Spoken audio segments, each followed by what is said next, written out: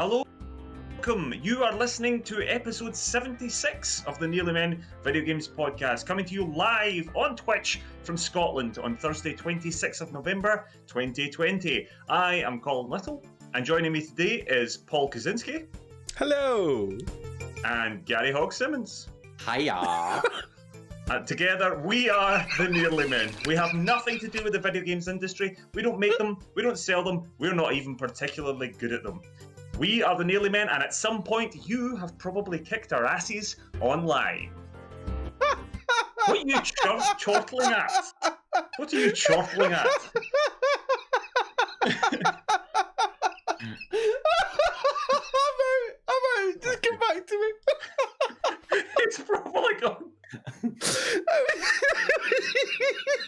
I don't know. This is not good. This is a great start. I was Gary Hogg.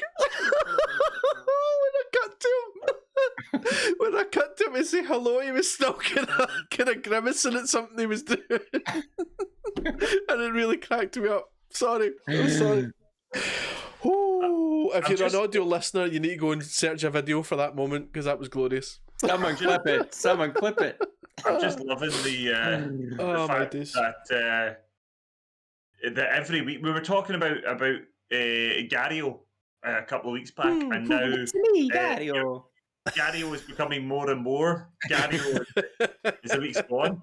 But of course, we're going to begin, no doubt, by talking about facial hair. So let's discuss Gary's added facial hair. Look at this. Look at this, the majesty. There's not many people in the world that can carry off a moustache, but Gary Hogg, you are one of them. But tell me this, Gary. I can't quite see. I'm not sure if it's just the shadow or not. But is that a cheeky wee soul patch as well? No, that's just a shadow. Just a shadow. I had to check that, like, when I do have a full beard, it is a little soul patch. So I was like, do I have that just now? No, it's just because I've got a very pouty bottom lip. Could quite work out. It's a bit like, you got a little soul patch. Have you not noticed that already? Yeah, so Gary's got some facial hair. Paolo's obviously still got his. I do not have mine. It's been the source of much hilarity throughout the last few streams when everyone's getting. What I particularly like is last night when you were playing Bug Snacks, I changed the title of the stream to Baldy Face Plays Bug Snacks, and he didn't even notice. Well, I didn't know that at all, but that is a very dangerous precedent. You know, we all have the logins. Oh, my days.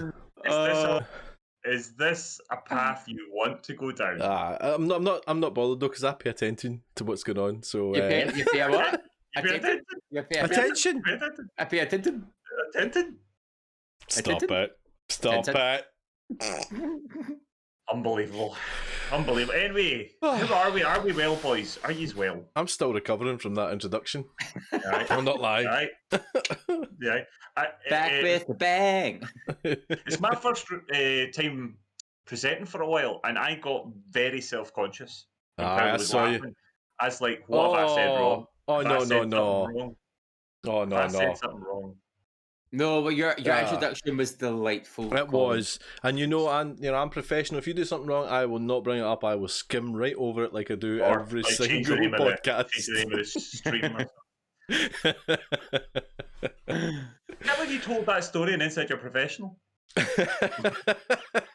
Well, I was sitting in mod view. I don't normally go into mod view. I normally just mod from the sidelines, as it were. And I realised, I can change the stream and all that in here, and that was immediately it. It had to be. Yeah. You were talking about it at the time, so I made it topical, you know. Aye. Well, I never noticed. Bad news, by the way. I'm on the energy drink. I'm tired, so oh dear. So who knows what's going to happen here? Oh dear. Our host is going to be buzzing. I know. The reason I have a tash. Well done, Gary. Well done. Thanks for holding it together. Sorry, we were meant to do that. Yes. Gary, there must be a reason why you've got this wonderful moustache. Why don't you tell us? So the reason I have a tash is myself and a bunch of teachers in the school and pupils. We are on Monday, the 30th of November. We are launching our Man Alive mental health campaign in schools. So it's like we're trying to raise awareness of men's mental health and school environment for pupils and staff. So there's a core team of staff, and we decided, because we're launching it at the end of the month, to do Movember, hence the mustache. So that is a donation link in the Discord. All the staff who are doing it, their mustaches are varying degrees of interesting. Like one of the teachers has a great handlebar mustache, very cowboy. Excellent. There's a few. I think there's another one who's got like the full handlebar, and then it meets right up in the middle, and like almost like a butt. That sounds like a goatee. Oh well, I guess it kind of is, but we're letting them away with it because it looks good. Mine's looks not bad. Mine's is growing quite well. There's a few patchy ones which are quite funny, and they can't wait to shave it off or like let the rest of the facial hair grow in. So that's what we've been doing. I've spent a week trying to figure out how to log into my account, and then realised I was using the wrong password. Nope. But I managed to fix it. So that's why I have the mustache. I might keep it for a while. I think I kind of suit it. I think You do? I think you should. So yeah, I think I'll keep the mustache around, keep the rest clean shaven. Plus, it makes me stop eating chocolate because I've got a jawline. So it's like it's got benefits. What is this thing you call jawline? The thing that's usually hidden by our beards. Oh, that right, yeah, of course it is. currently Yeah, hidden it's by your beard. under there somewhere. Yeah. Do you know, I was sitting in class and I was talking to a pupil he's like one of those lovable rogues, and I usually have a beard, and he turned and went, "Oh, you've got a bum chin. I like that." I was like, Oh, all right, steady. thanks for the approval. But yeah, so mustachioed, it's me, Gario. Gario. So, couple of things. Is there any pupils that have better moustaches than the teachers? Because that will be amusing.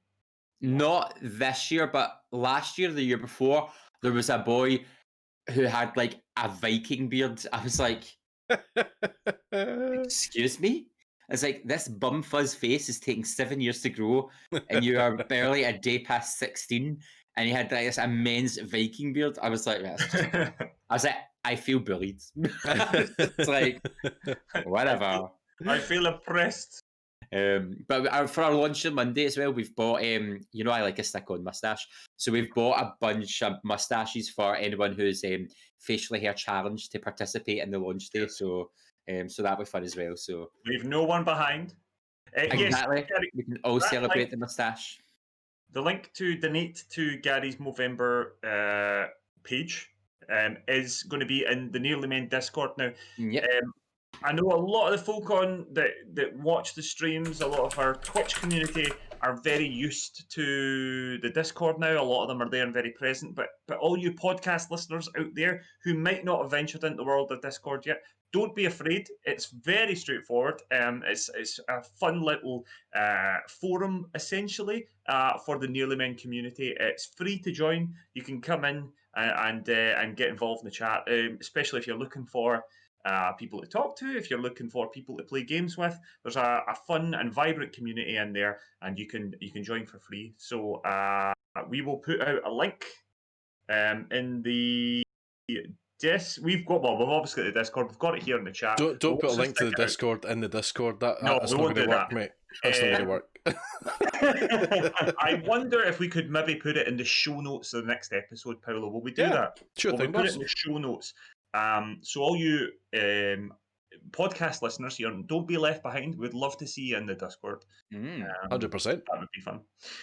As for, everybody out there, this of course is our first episode for a while. It has been a while. We shifted things around because obviously the new consoles were coming out, so this episode's a bit later than usual. There's been a bit of a gap, but of course what we thrive on, what this episode is built around, is interaction with our lovely community, all our listeners and viewers. And if you would like to get in touch with us, the Nearly Men, well, here is how you do it. Reaching the Nearly Men is easier than ever. Search for the Nearly Men Video Games podcast on iTunes, Spotify, YouTube, or your preferred podcast player. We stream on Twitch. Follow Colin at Colin_NM Follow Paul at Paul Kaczynski, all one word. Follow Gary at Blunderboy87, and let's get social on Facebook as The Nearly Men, Twitter and Instagram where we are at Nearly Men, or go old school and email us on info@thenearlymen.com. Need all that again? Links are on our website, thenearlymen.com. So what are you waiting for? So there you go. Right, I think we should just get straight on with the news here. It's been a mental few weeks, and the main thing that, of course, has dominated the last few weeks has been the brand new consoles. Now, poor Gary has not been able to get his hands on a console yet. We'll probably have a wee chat with Gary about his experience of that in a wee while. But what we do know is that Paolo has managed to get himself, he's got a copy of the Xbox Series S, and myself and Paolo both have digital edition PS5s. So, first one out was indeed, or at least the first one out over here. Well, no, I think they came out on the 10th, didn't they both? Yes. The first one out was the Xbox consoles. So, Paolo, tell us a little bit about the Xbox Series S. What are your thoughts? Well, I don't know where to begin, really. I suppose I should start by saying that I got the Xbox S because I knew I was getting the PS5. The PS5 was going to be my big machine. So the Xbox S is essentially a second console for me. It's not my main console, as it were. And I got it essentially so that I could keep in with the Xbox system and use Game Pass and things like that. It's essentially, it's great because I can stream on that without streaming. I'm a one PC streamer, so I can stream on the Xbox easier than I can on my PC. So a lot of the games on Game Pass are PC and Xbox, so I can use my Xbox to stream from. So it makes it a lot easier for me. I mean, it's great. It's in terms of next generation, it's very basic. You know, it's not 4K. That's fine for me. It's not got all the teraflops in the world. I think it's like a quarter of the teraflops of the X. But it's new, it's shiny, it's fresh, it's slick, and it's going to be playing the next generation games quite well. The first thing I noticed was the speed. Everybody talks about the speed and what it's going to be like for the next gen games and all that. But the first thing I did was I booted it up with Sea of Thieves and loaded Sea of Thieves, and Sea of Thieves loads nigh on like nearly 5 minutes. No, it's not as long as that. That's unfair. 4 minutes maybe tops to load Sea of Thieves on my PC and my old Xbox. And loading Sea of Thieves on the Xbox S took about 1 minute and 20 seconds, if that. So it instantly made me think it was worth it, if that makes sense. Yeah. I'm lucky that I've got it on the All Access, so I didn't buy it. I'm paying it up, but I thought I'm paying for Game Pass anyway. Paying for this is something like an extra £8 a month on top of the Game Pass. I thought Game Pass is probably going to go up in the next 2 years, so locking it in now might be quite good, and it might actually be beneficial and end up being a very cheap way to get an Xbox. Yeah, and it's great. It's really good. I mean, you know, Colin, you and I both, and Gary as well, we all stream through HD 60 S's, which is a wee capture card, and it throttles everything at 1080p. So whenever we're streaming, we're seeing 1080p. Whether you're watching it in 720 or whatever, the maximum we can see is 1080. So it's surpassing that. But it's playing the games dead easy. It's playing anything that I've played before really, really smooth. It's not you know, you don't pick it up and go, wow, this is brand new. This is get that jump that you feel with Generations, but it's enough that you feel it's fresh and coping better, if that makes sense. It's like when you get a new PC and everything just works better, that kind of way. You know, I don't know how deep to go into it. No, that's fine. Tell us a little bit about the controller. Tell us about the actual look of the machine, that sort of stuff, how quiet it is it hot, that sort of stuff. The controller itself is very, very similar to the previous generations. Very similar. I mean, to the point where if you didn't know, then you probably wouldn't know the difference. And there's an extra button. There's a kind of share button.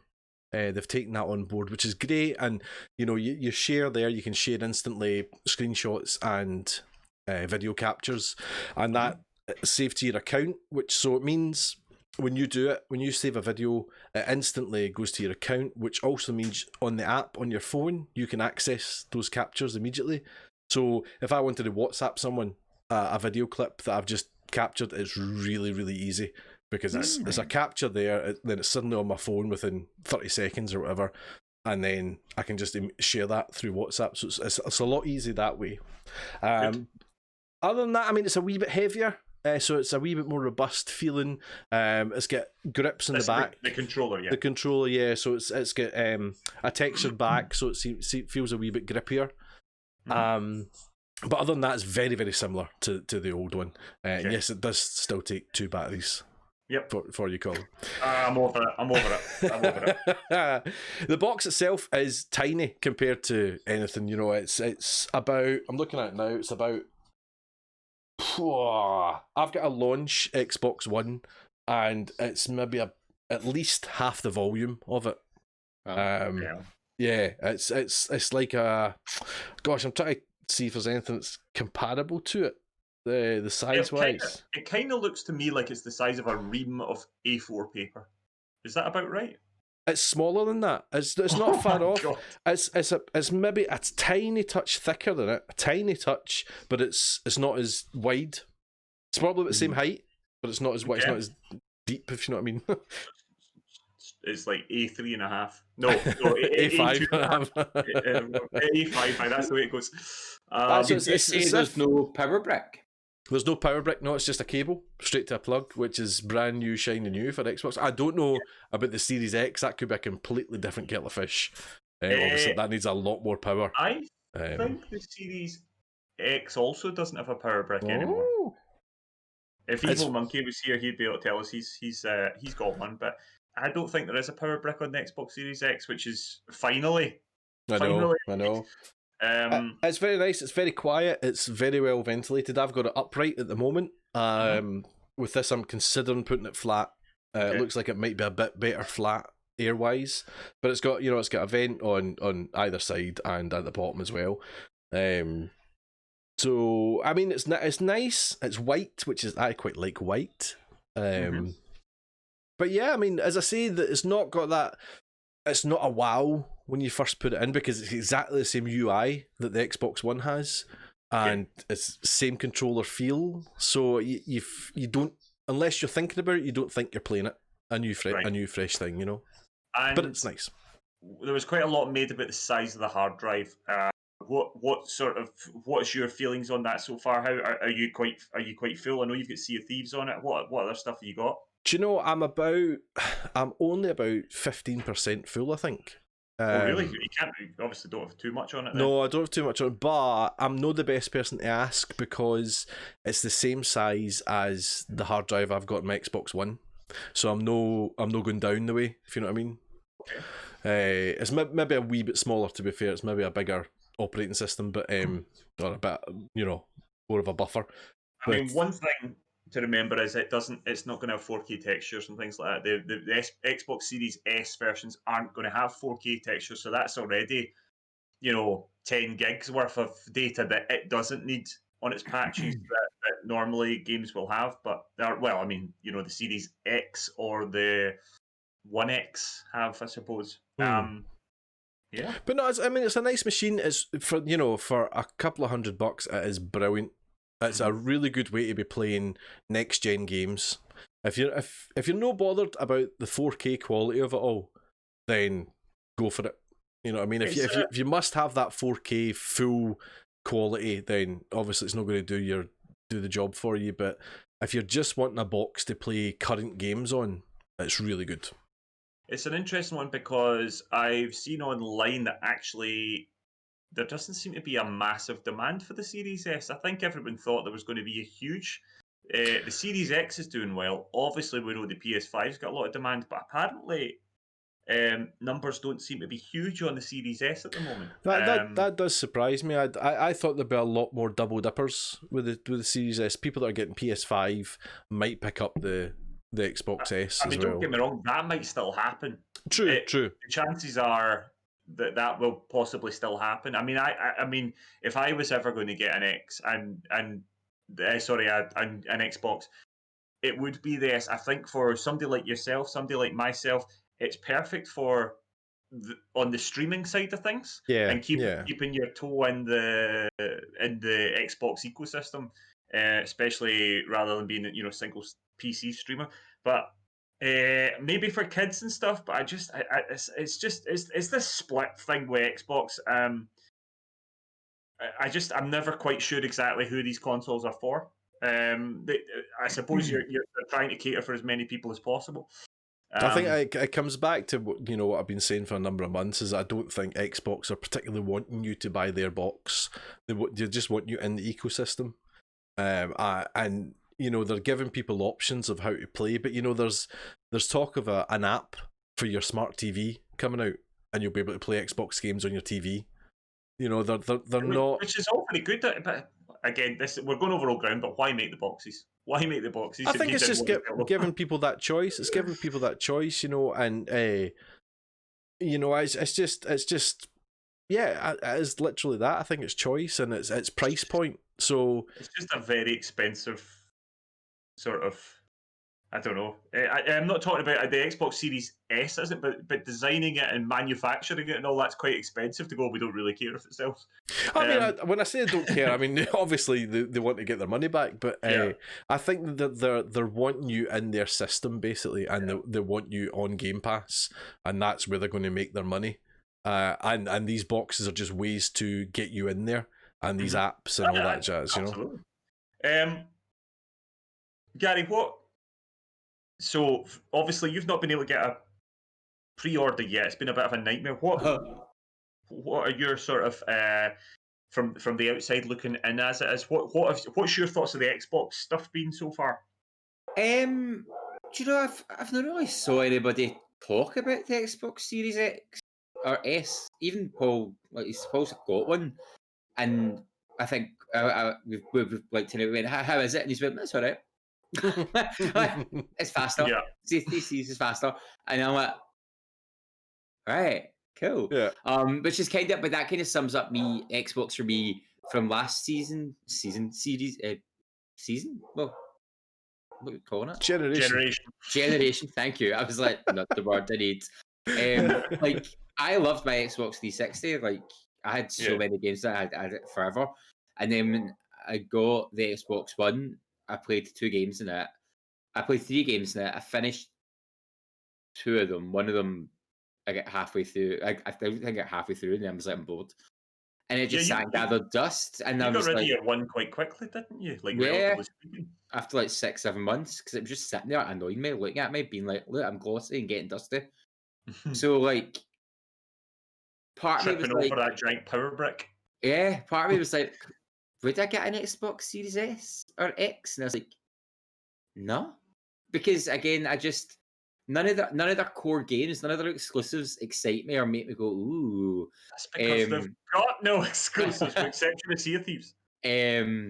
So yeah, I can play the games on my PC. My PC is a gaming PC. It's still running great. So I'll just use that and upgrade that, I think, when 10 comes, rather than buy a new console. Whereas Sony's exclusives, I mean, I went and bought Miles Morales because I couldn't wait, because I was like, I'm not waiting who knows how long to be Spider-Man. I think the games for Sony's side have that allure, that attraction that makes you want one. And again, the next version of the Xbox, it's just a stronger Xbox. None of their peripherals or add-ons are saying anything new or doing anything different. And you guys know me, I like a peripheral. So, like, I'm kind of like, again, I'm like, nothing is exciting me. So I genuinely think, I don't think there'll be another Xbox in this gaming room unless they do something absolutely unique and amazing. So this is the thing, right? This is the interesting thing, because Game Pass is great, right? There is no denying that the Game Pass isn't good value. However, there is no Xbox Series X, Series S new gen exclusive game at the moment. There's nothing. There's absolutely nothing. So, and I know that there's not a massive amount of games on PS5, but there are PS5 exclusive games. And with Halo Infinite being delayed till God knows when now, all you've got is people that have jumped to the next gen on the Microsoft side of things, and they're just playing the same games they could have been playing. Of course, they're playing with increased frame rates and native 4K and stuff like that. And don't get me wrong, we're going to talk about all that. That stuff's actually quite good, but it doesn't feel particularly. You've always had a console launch where you got a new game. There was always, Mario 64 with your N64. There was always, I'm getting this and I'm going to play that on it. I'm going to get the PlayStation and play this new game Tekken. I'm going to get my PS5. I'm going to play Demon Souls. Or I'm going to get the Xbox Series X and then I'm going to play all the Bethesda games and Sea of Thieves and everything I've been playing last week, but now I'm going to play it slightly faster. It's a strange launch. It is a strange launch. Again, it's obviously, I mean, it's sort of by design. They obviously wanted Halo Infinite as a launch. They probably wanted other games as launch titles, and it hasn't happened. And there is, of course, a global pandemic and various reasons why that hasn't happened. But it's a strange launch for me on the Microsoft side of things. The thing is, like Paul's saying, the UI, the main menu system is the same as Xbox One. Excuse me. Do not lazily port over. One of the most exciting things is booting up your console and going, oh, look at everything. Things that look new. Don't get me wrong, though. I mean, don't get me wrong. It's the same, but just before, I think it was maybe a month ago, they kind of refreshed it all. So it became new. I hated the Xbox when it was so confusing. Style, but it was the same style, but it's got a wee sheen to it now. And that's what's came with the next gen, and everything's the same. I mean, I think that's again, it's coming back to the they're not desperate. You get them on the new boxes. Is that they're just wanting you in there, and that's why everything's the same. I agree with you, Colin. I think Halo's been a big boo boo. I think that was their flag that they were going to wave at launch, and something went majorly wrong, and I mean, they did their best to try and kind of just push that and go, that, well, it'll come next year, but it's okay because, you're coming here, you've got Game Pass and blah, blah, and dressing it up that way. But I mean, I think it's a strange generation anyway. It's a strange next gen because it's not a big wow. It's not it's not going from, like the Nintendo to Super Nintendo. It's not.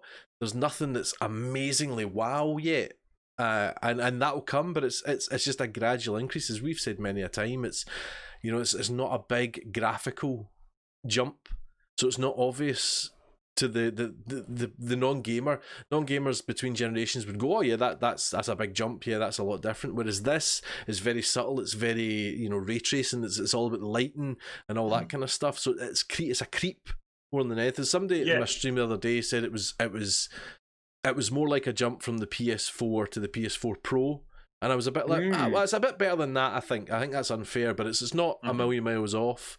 I mean, it's certainly improved on that, but I see Brian in the chat saying it's like PS1 to PS2. I don't think it's even that stark a change. Oh no, PS1 to PS2 was major. Yeah, that was a huge. The thing is that what we need to remember is that this is the very start of this new generation, and at the very end of the last generation, which is kind of still going. Let's be honest, they're still releasing PS4 and Xbox One games for a while yet. Yep. Those machines were being pushed kind of towards their limit, and now the PS5 and the Xbox One X in particular you can tell that they're working well within themselves. The Xbox Series X is basically going to be able to get games up to 120 frames per second, it says. It appears the PS5 could easily cope with that, but it's not as easy a fix on the PS5 because of the way the backwards compatibility works. But in theory, that would be possible. So what's going to really be impressive is once we get a year or two into the life of this console, because I think or this generation is going to be really quite impressive. But at the moment, what we're really seeing is the sort of stuff that was promised with the Xbox Series X, with the Xbox One X, and with the PS Pro. You were saying about 60 frames a second. They were saying about 4K. And they never really fully delivered on all of those promises. It was generally dynamic 4K, generally with 30 frames a second, or it was 60 frames a second, but it was then it was dynamic 4K. So it's an interesting one.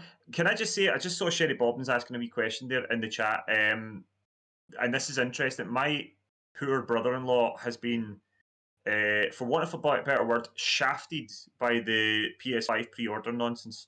This isn't really we'll get into whether or not it's Sony's fault or not. But he ordered on launch day from a retailer, was told his console was coming on Tuesday, and has now been told it's coming mid-December. And I see he's got Spider-Man sitting there waiting to play. Oh man! And Sherry Bums is wondering if it's playable on PS5 on PS4. Unfortunately, a PS5 disc will not work on a PS4. What I don't know is if you traded it in and bought the digital copy, I don't know if that would work, because as far as I'm aware, if you want the full Boona, as it were, you need to buy the Ultimate Edition. That's not if you want the original game, the remaster, Miles Morales. Yeah. So my version of Spider-Man is PS4 and PS5. So you could, So I can play it, and then when I get a PS5, it downloads a PS5 patch. So that would be an option, Cherry Bobbins. He could sell that or trade that in and buy the digital version of Miles Morales PS4 and PS5, and then he could play it on PS4 and then get it for free on PS5.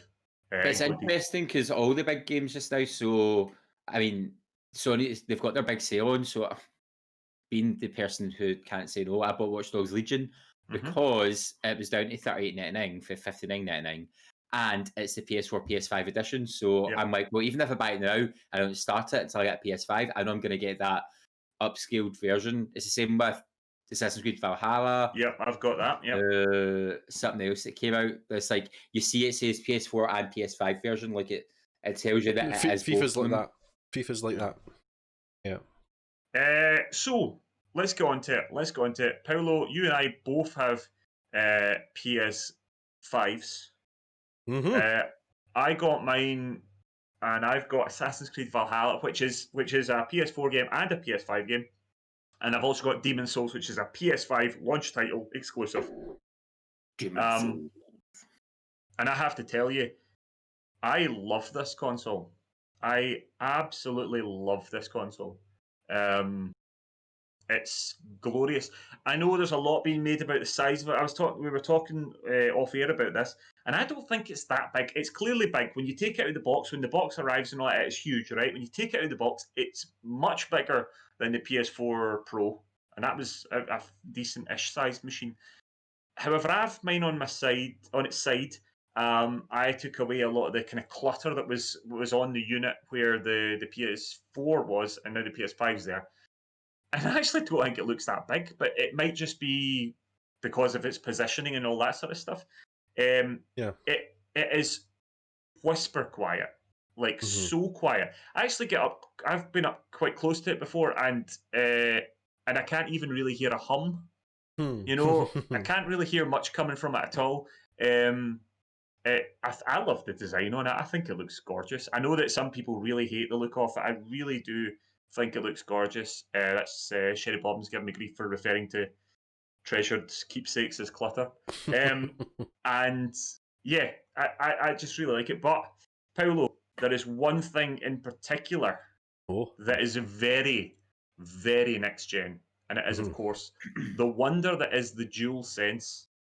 The new controller from PlayStation, and my goodness, it is a cracking bit of kit. Yeah, I think it's. I hope all launches, especially Sony, have got gimmicks. PS4 was possibly the light bar was the gimmick, and the touchpad. I was surprised the touchpad came back, to be honest. The 6-axis, Gary, remember that in Uncharted 1? Oh, don't. Yeah, Oh, I was please stood yeah. on them falling off logs constantly. 'cause on you off know, those like, logs because it did not work very well. I so hope that the haptic feedback and the triggers are not gimmicks. I hope games use that to the best of their ability, which they have. I'm going to talk about one later on, which I'm really excited about. But it's yeah. I mean, you're exactly right that, and everyone's saying it. Then that the controller is the most next gen thing about next gen. It is so nice. It's so nice to hold as well, which I don't normally go on about, but it just fits in my hands perfectly. And yeah, I mean, we were talking about playing like Astro's Playroom, which shows it off as a demo for the controller. And it's just so nice. I mean, Gary Hogg said, this is essentially going to be us talking about haptic feedback and triggers for 40 minutes. But and see, he's not wrong. that's what next gen should be. You should have that thing which pushes it, which is why I think the Xbox thing they're saying, I'm a bit like, well, and what? But is this? It's like, well, here, the next gen's, it's evolving from graphics to a fully immersed experience. That's next gen. That's what next gen should be, rather than it looks prettier again. Yeah, exactly. It needs to bring more to the table than that, doesn't it? Mm-hmm. The interesting thing is, definitely Xbox have clearly got a lot more right this time than they did at the start of the last generation. The Xbox One launch, whatever you feel about that console and how Xbox managed to get themselves back on track and where they're sitting now with Game Pass, that launch was a mess for whatever reason, whether you think it was fair or not. It's funny though that the Xbox this year with the X seemed to have really concentrated on teraflops and power, and there's no denying it's a much more powerful machine than the PS5, and yet still, and I hope this isn't me with my Sony tinted glasses, but it still feels like Sony's kind of pulled the rug out from under their feet, because nobody seems that bothered about the teraflops or the speed, because both of them have got fast SSDs. It seems that the Xbox Series X seems to be faster at loading just about everything by a few seconds here or there. Yeah. But nobody's talking about that Xbox controller at all. Nobody's talking about it because it's just the same. And as I said, yeah.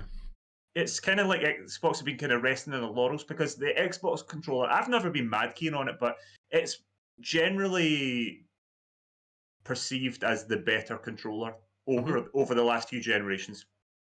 I know a lot of the kind of big gamers and stuff who play on PC, if they're going to use a controller as an Xbox controller or like scuffer somebody's version of an Xbox controller. But yeah, it's just a bit of a funny one that Sony seem to have stolen a march on them, this haptic feedback stuff. The 3D audio, which I'm sure we'll talk about as well, is really impressive. But the controller, it just feels a bit chunkier, it feels a bit heavier. It's got a gyro, what's it called? Gyroscope. Gyroscope inside it. It's got the haptic feedback, the adaptive triggers, the built-in speaker, which I was not mad keen on PS4. That's been a console for a while. I love my built-in speaker. It's so I fun. liked it on some stuff, but it felt a bit gimmicky. It already feels much more refined and much more important on the DualSense.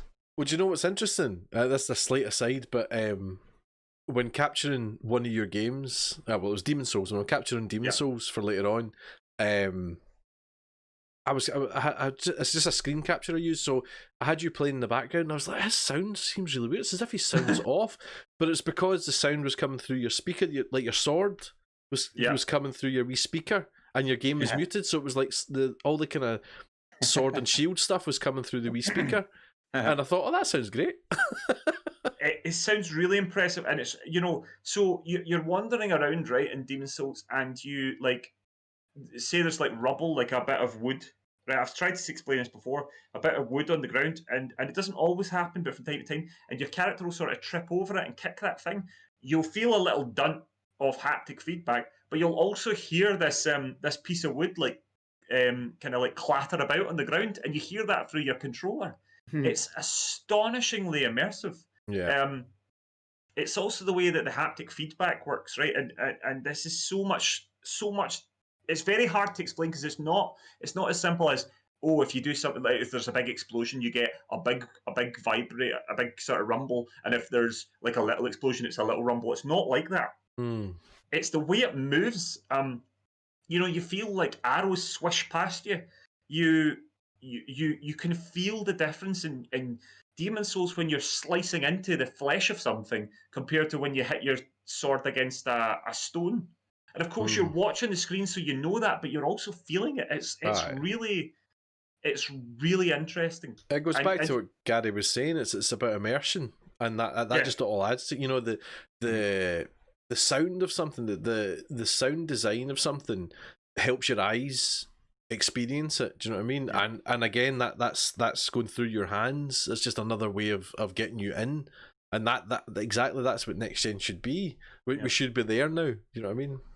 And it's interesting because when I head to when I go into Assassin's Creed Valhalla, which is a third-party game, and as it stands, does not have any haptic feedback. I wonder whether Ubisoft might try to patch it in. I don't know. I know some devs seem to be more excited about.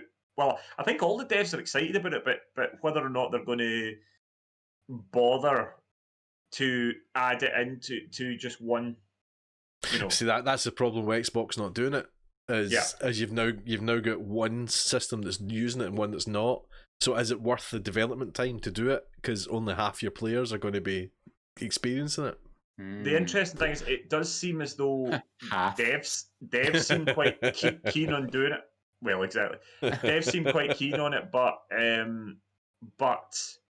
whether or not the boards are that bothered about putting in that extra time. But I think it could certainly drive sales in certain games, and you might find that it will be interesting to see if devs do start producing it, as Gary says. I mean, you could find that a lot of these cross-platform games sell vastly bigger on PS5 because of it. Who knows? 100%. Yeah. But then, does that maybe colour the Bethesda thing? Does that then suddenly mean that Xbox go, well, we're keeping all the Bethesda games then? We'll just have them all exclusive because we're getting killed elsewhere. They still get killed if nobody's buying them. It'll be interesting. It will be interesting. First question: haptic full bodysuit when? Well, I read that there was a patent for the PlayStation VR 2. A VR 2, and it was the headset and new Move controllers, and they were talking about having haptic feedback in the headset. Oh, in the headset? In the headset, yep. So on the next Rocky Legends or whatever it's called, you can actually feel yourself getting punched in the head. Oh, that's how that next time you get stabbed in the face. Oh! How do I enter and exit your head? It was amazing. I got concussion. Again. To me, the PS5 feels like Ready Player One, and the Xbox feels like the Xbox. Short circuit. Listen, 25 is alive. I will tell you right now that I know there's some people out there. I know Evil Monkey, a member of our community, has an Xbox Series X. Seems really happy with it. It's just what I mean. He was as we know, he's a big Sea of Thieves player. He's got a big gaming PC as well. He says that his Xbox Series X loads Sea of Thieves as quick as his gaming PC does. Basically, it's super responsive. A big hit with his kids. They're thrilled with it. I think people will be, but I'm not convinced that aside from teraflops, it's really pushing the envelope at the moment. And maybe it will once games start to appear. Who knows? But it already feels that, and this is very Sony. Sony always do stuff that's a bit wacky at times, and and some of it falls by the wayside. PlayStation Move and all that. Although it's funny because most of the things that Sony do that fall by the wayside, elements of them remain. So with the PlayStation Move, it's gone, but those Move ones are still here. They're still here. So the light bar's gone, but we've still got that little sort of like ring of light that's round the touchpad on the new console, which I actually really like. I don't know if you've noticed this, Paolo, but it sort of changes colour depending on the background of the game that you're in. Okay. At certain points, I've noticed it. I was like, it was at Red Dead or something I was playing, and I walked by and the sky was red, and I suddenly realised my controller was a kind of reddy hue, and then I turned round and it was kind of purpley over there, and my controller went kind of purpley. All right, okay, I've noticed that. And I was like, oh, this is really cool. I mean, I don't really know what the point of it is, but I like it. Like the touchpad started in the Vita, and it was the back panel, and then for the PS, like exactly. And then I hated it. I hated it on the Vita. I was like, I don't know what I'm doing. I just constantly pressed buttons that I didn't know were there. Because my hands were too big for the Vita, and I just always... Yeah. So I ended up having to play it like this. I felt like I was getting like Vita hands trying to... The thing as well, like if you played the old Resident Evil games on it, the R2 and L2 buttons were the trackpad, so you're trying to like aim with those and it didn't register all the time, so you're just going... Hellish. Oh, man. It's like, I can't play this game. Hellish. And then Resident Evil 7, I don't know if any others did it, but they used the health status with the light bar on the PlayStation controller. That's right. Green, amber, red, which it was very like when it was on the Dreamcast. Remember, Dreamcast had the plug-in memory card, so your health came up in the virtual memory card. So it's interesting the way the things that have evolved and kind of been bumped as it's gone on. I see Andrew H saying that I like the Dreamcast memory card images changed depending on what you were playing as well. So what my point really being that it will be interesting to see how where we're going to go with this and what's going to continue on as it goes on. But I think haptic feedback's going to continue. I mean, well, we know for a fact that the next God of War is going to have haptic feedback. We know for a fact that Horizon Zero Dawn will have it. We know for a fact that whatever Naughty Dog are working on will have it. These big first party well, they're now called PlayStation Studios, aren't they? These games will definitely support it. It will be interesting to see if the third party games do, but I think they'd be daft not to if they can make the sums work, because it's just going to make people want to buy their games. It will. It will make people want to buy their games. See, this I think your big hitters, like Capcom, Square Enix, I think they'll, particularly the Japanese companies, I think they'll especially the ones that are probably more rooted in PlayStation than Xbox. I think there's a good chance of that. The thing is, we're one of the big, as you were saying, one of the big talking points of the next gen is how fast everything loads, how quickly it is. I've got two things to say about that. One is that we've not really seen anything brand new that loads quick. Demon's Souls is about the only thing. Everything else is last gen. So I was saying, Grand Theft Auto loads in a second or something, and you're like, well, I hope so, because it's like 8 years old. Do you know what I mean? Well, see, Red Dead speeds are improved, but it does not load in a second. A couple of times I've loaded it up for folk, and it's about half for me. I'm always a wee bit awkwardly looking about going, it doesn't feel that fast, but I promise you it is quite fast. And it is fast, but the other thing is we will get used to that very, very quickly. That will become a thing that just you expect very, very quickly. Especially, I'm talking months. I'm talking 3 months. You'll be expecting things to load, and if it doesn't, you'll start getting annoyed. Especially, well, you would hope it would load within 3 months, mate. Jesus. But that's like Commodore 64 days. That's why I'm saying I think the things like the haptic feedback and all that, I think will take a lot longer to get used to, and people will start using it in different ways, so it will continue to have life in it.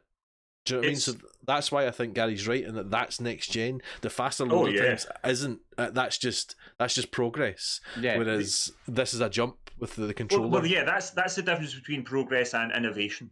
There it was. There's the quote of the night. And that's the thing. And that's the thing that at the moment. And listen, who knows? Xbox are being innovative in the way that they see their ecosystem and the way they're offering games and the subscription. That is innovation. And of course, they don't have a power brick. As I said, now it's a super powerful machine the Xbox Series X. It's the most powerful out of the two of them. Mm-hmm. But we're kind of used to the next console being more powerful. That's always been the case. That's not really innovation, regardless of how powerful the thing is.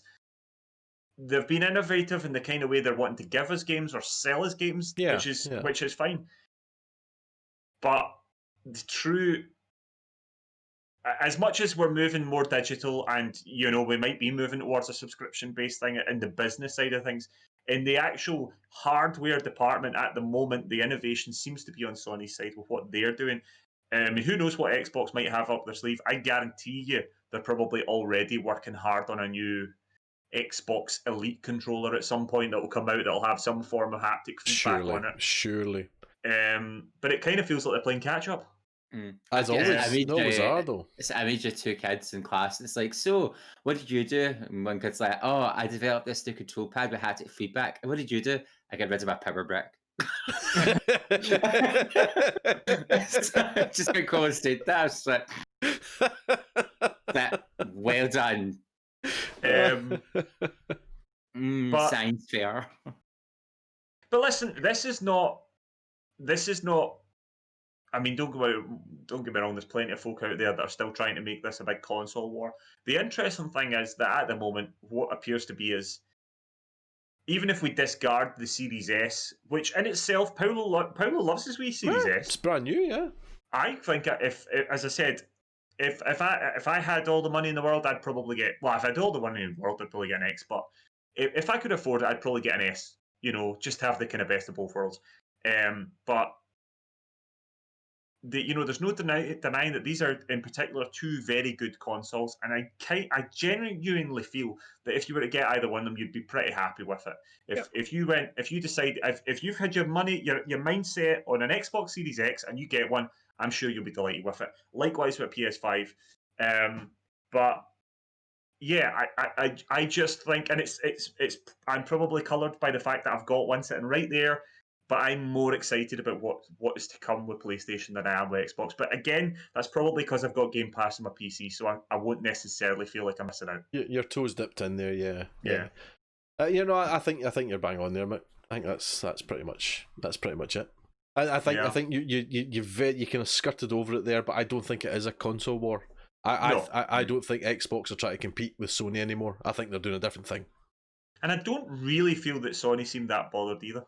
No, it seems like you're like, you do what you do, I'll do what I do, and we're leading to a place where very possibly as many people as possible will be doing both things.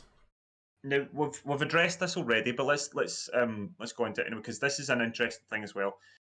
There was a lot made in the run up to these consoles. Sony did seem to make a lot of weird mistakes in the run up to this launch. There was various issues about Game Pass, and all these sort of horror stories about this or that, or how backwards compatibility was going to work or not. Turns out backwards compatibility works like an absolute dream on the PS5. I've had no problems with it. But everyone's like, oh, Microsoft are going to kill Sony here. The Game Pass, the Bethesda deals killed the PS5. It doesn't appear to have, because not only is it nigh on impossible to get an Xbox Series X, I would say it's even more impossible to get a PS5 at the moment. We've already seen with my brother-in-law. We're going to hear a little later on about poor Jamie Simpson. And of course, Gary, how much of a nightmare has it been trying to get a PS5? I would even say nightmare, because obviously I was like, I'm not fussed because I've still got loads to play with PS4, but then it's that thing where green cheese syndrome, everyone starts playing it, you're like, I want to play with it. Yeah. My brother was exactly the same, yeah. The thing that frustrated me was the weird times people were deciding to put the pre-orders up. I was asleep, or I was at work, and I was at a job where I could just down tools and go log out a computer, start it. So I was a bit like, it was irritating in that sense, and it is the when they after the release day when they had the pre-orders got for December, I was like, I can't do anything at work, so I had a period off, and I decided to have a look, and it was over an hour login to log out your account. And in 10 minutes, it was like, oh, by the way, we're sold out. And I was like, oh, what? And it's just, I mean, I guess it's the game, but it feels like anyone who doesn't have the time to just wait at their computer just now isn't getting one until who knows when. And that's why I decided to just bite the bullet and buy Miles Morales on my PS4 because I was like, I want to play that game. I mean, I it's suppose just it's frustrating because as someone who's always played Sony consoles since the PS1 and prefers Sony consoles, I'm like, but like I would like to get a console. Although I don't think I've ever had a Sony console at launch. Like I think I've always waited a bit because I was younger. So it's just that sort of, and it's the frustration of and the tagline, "Play has no limits," and I'm like, "What does mean you can't get hold of your console?" Like, yeah. I'm like, don't rub that in my face, giant billboard I go by every morning. Oh man. But yeah, so but the good thing is everyone's enjoying them, so I'm kind of like, well, clearly it's going to be. And I suppose the one bonus is that if this had been a previous console launch, you wouldn't have been able to play Miles Morales because it would have been on the new console and not on your console, or it would have been completely unplayable or a completely different game. Like I remember when Assassin's Creed got Assassin's Creed Rogue for PS3 and it got Unity for PS4. Now, it turns out that actually worked out in everyone's favour because Rogue was actually the better game and Unity was an absolute shambles. Yeah.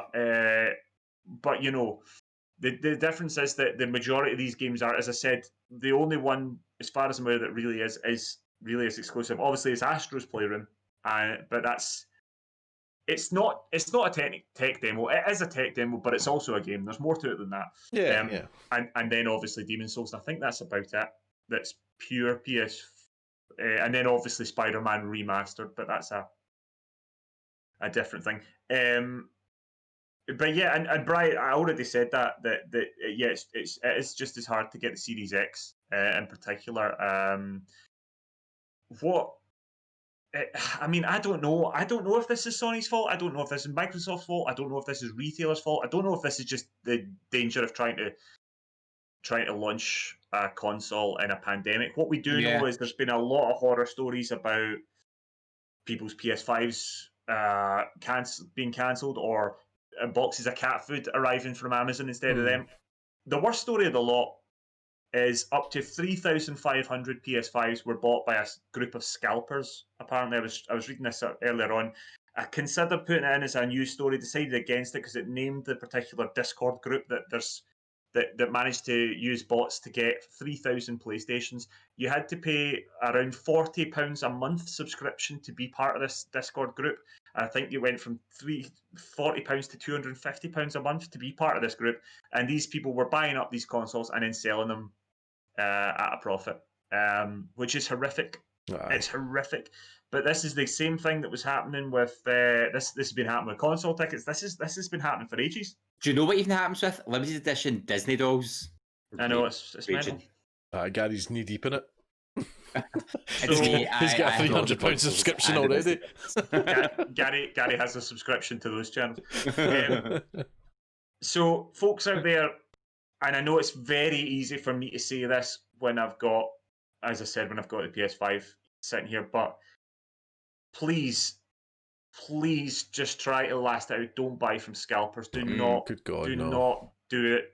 You're just, not only are you going to get ripped off, you're going to pay way over the odds, but you're also just feeding this cycle that, you know, if they manage to sell these, and unfortunately they bloody well sell them, because there's always somebody desperate, or a mum or a dad who's desperate to get their kid, and these people are taking advantage of you. So hopefully, I'm sure Sony and Xbox will get these consoles out as quick as humanly possible, but it's not worth paying over the odds for. It's really not. So what I did is, so Mark was like, if you really want one, here's money to go buy one on eBay. And do you know what, apart you look and you see and you're tempted, but then you're like, well, actually this feels really dodgy. But see, so I went on today because I was like, surely they're not still selling them, or people trying to sell them. They are. But do you know what's even worse is people putting up PS5s for sale, but they're not, and their image is like, please help me get a PS5 for my kid's Christmas. Oh God. And then there's other people selling them, and they're like charging like 800 quid, and then they've got the audacity to put, just like, for the money I paid for the console. I'm like, girl, you did not pay £800 for that console. Yeah. And it's nuts, and you look at them all. What kind of cost were they going for? Oh my gosh, like starting price, like so starting if it's a open auction, they're starting like 500, and then there's buy it now 800, 1100. Like the costs are like it's ridiculous. Like It's horrific. and you know, on the day and launch day, it was the same when that Disney doll get scalped.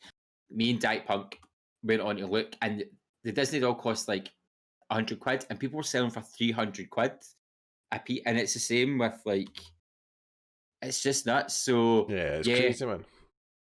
yeah, like PS5 disc edition photo, £600.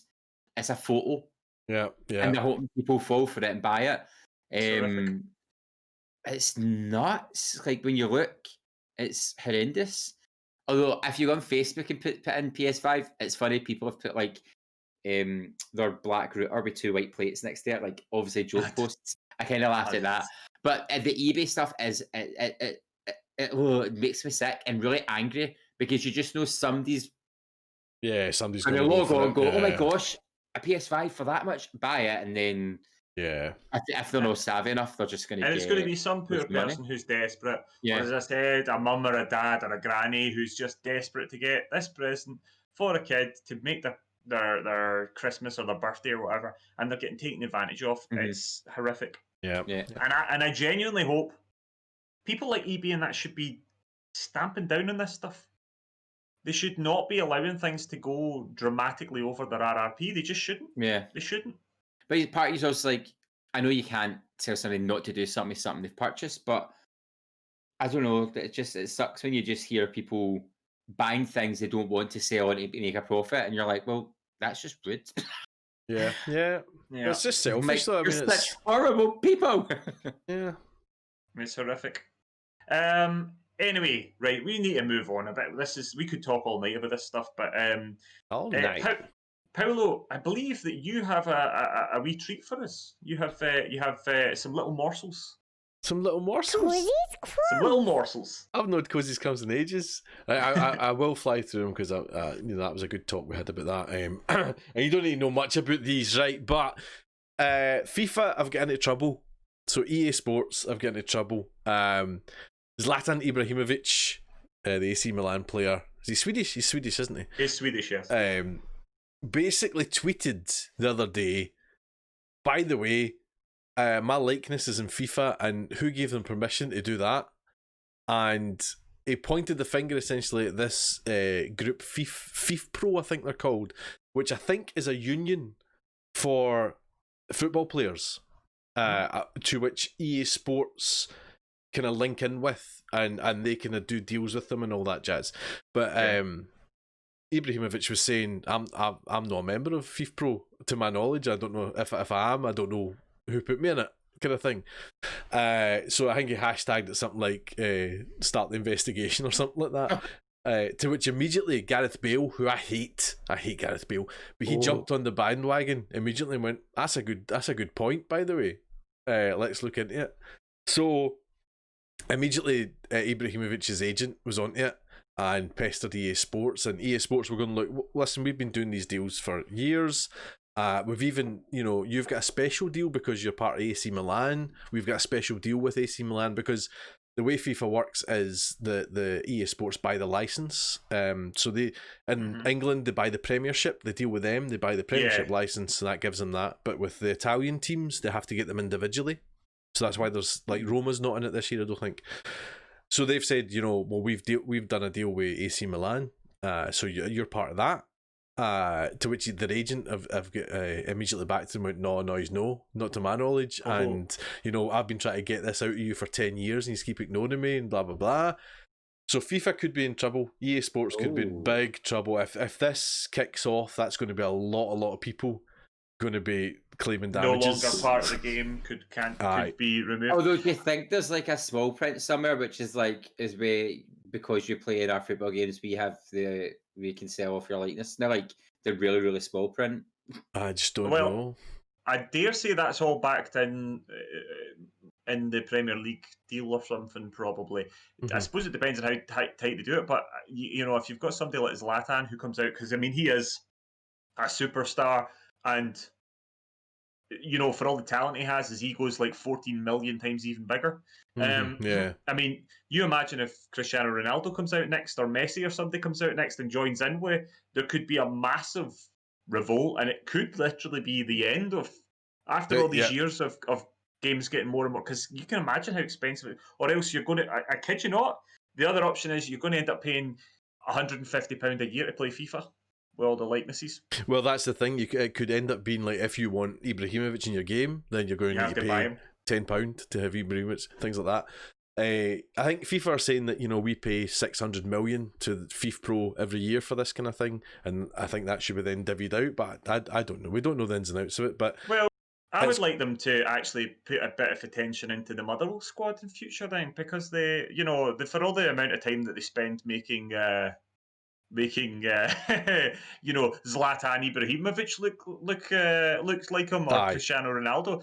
They don't pay attention to the Scottish teams as much. I mean, even the Celtic and Rangers squads that they pay all this money for the badges for, when you actually see the squads, the only, you know, unless it's somebody like but unless they're international. Unless it's like Scott Sinclair or something that they had for who they spent a lot of time on because he was, you know, an England player at one point or whatever.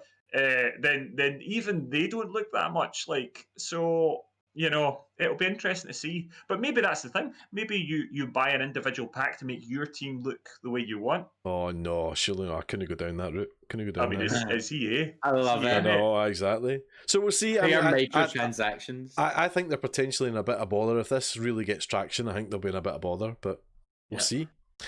On good news for FIFA though, there is good news for now. For this year. Until they PT it. They released the details of what's going to happen when they get the PS5 patch put in, and you know, it's absolutely glorious.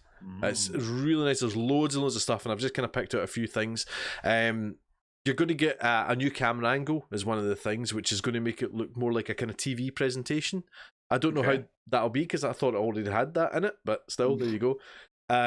Things like big goal moments. So, you know, if it's a cup semi-final and there's 3 minutes to go and you're like one each and somebody scores, then there's going to be a bigger reaction. There's, you know, it's going to be a bit of a the crowd's going to respond, the players going to respond. Going to be louder, the manager run on, all that kind of stuff. Off the ball humanization, which I found fascinating. So it means, like, if you're dribbling the ball, then the defender that's on the other side of the pitch might wipe his nose or something like that. Just wee subtle animations. They might fix his hair, different things like that. I wonder if there's anyone running behind a bush for a slide pee or something like that. A Gary Lineker. And tender shots, scratching. Aye. But probably the most exciting is coming back to that PS5 controller, the haptic feedback. So it's going to have haptic feedback in it. So obviously you're going to get bumps and grumps when you're getting tackled and things like that. But the thing that really got me, I thought, was brilliant. So in FIFA, you use the right trigger to sprint. And of course, we've got adaptive triggers now. So when your player gets tired, your right trigger gets harder to push in. Oh my goodness. That's glorious. That's next gen, baby. So that really excited me. There might be something to do with that, with, you know how hard it is to take a bloody penalty in FIFA? I wonder if there might be something they can do with the haptic feedback to get you a better feel of the ball, as it were, and a better sort of like, you know, so you know, rather than just, it's a long press or a short press, is there a way to, like, potentially, you know, I'm trying to talk like a footballer when I'm not really a footballer. I know what you mean, though. Yeah, just a different feeling for it. Like or a golf game or any sort of sports game, you know, that way where you're trying to take it down on your chest or something. Is there going to be a way with the pressing and that's going to make it a wee bit more organic how you hit the ball or whatever? Interesting. What about really cool. when you're taking a penalty in FIFA and you get that rumble, you get a kind of heartbeat in your controller? Yeah. What about if you're taking like the last penalty of a cup final, and if you score it, you win? The whole thing's shaking. Do you know what I mean? Things like that. like if you score the goal, you can before you take it. Yes, sir. You can book it, and you're going to the Euros. Before you take it, the whole thing could be shaking like as much as it possibly can because you've been nervous. Do you know what I want? I want a FIFA haptic football plug-in peripheral. Yes! Just a big ball. Just kicking the ball in your house, plugged at your control pad. I get me playing FIFA. Remember like those things you had, and it was like you strapped the belt to you, and the ball was attached to the rope, and you kicked it. Yes, like yes, yes. Can you imagine the amount of vases and things that would be broken in houses up down the land? One downside of the next gen on for FIFA is there will be no cross gen, so a PS5 player cannot play a PS4 player. It needs to be like for like, unfortunately, which is a downer. I guess that's because of the big goal moments and things like that. There's different animations and things like that. Yeah. So things are going to take longer, and there's different cinematics and all that stuff as well. Last wee one for you, and they pick the nose. Last one for you is just and another thing. A guy. So there's an Oregon TV show that kind of has a section that's like out and about in the outdoors kind of thing. You know, what could you do? Oh, you could go canoeing up Mount whatever, right? And a guy got his daughter to send in a picture. And the Oregon's TV station put it up and went, here's a lovely place for a walk and blah blah blah blah, and it was a screenshot from Red Dead Redemption 2. You can see a lovely little trail just behind Valentine. You can see this man shooting a dog away. He says it's so well. Kaczynski again causing atrocities as he heads up into Cumberland Forest. Very good, Paolo. That's good fun. That's your Cozy Crumbs, guys. Cozy Crumbs back. Nice to be back. Nice. Right, yeah, no, the haptic feedback isn't in the analog sticks, but it's the adaptive triggers are the triggers, but the actual haptic feedback kind of goes through the whole pad. You don't really feel it in the controllers, but you do feel it down the sort of like the handles. It kind of can swipe down it. It's generally a whole controller experience, but you don't specifically feel it in the analog sticks. That's fair. You do feel it in your thumbs, as Colin says, it's the whole controller, but it's not specific to a thumb, if you know what I mean. Yeah, your analog sticks are not adaptive, so that might be the next thing to do. But your analog sticks won't get harder to push as you're walking through quicksand or something. But the way that the pad feels with the sort of vibrations, the actual feedback will change, so it does feel different. Paolo's going to talk about that a little bit later on. Right, let's go on to freebies, because we've actually got a lot of games to talk about, and time is marching on as ever. Right, this is a bit of a disaster zone. A disaster zone here in the freebies. Microsoft are just taking the mickey now, right? This is the games with gold, okay?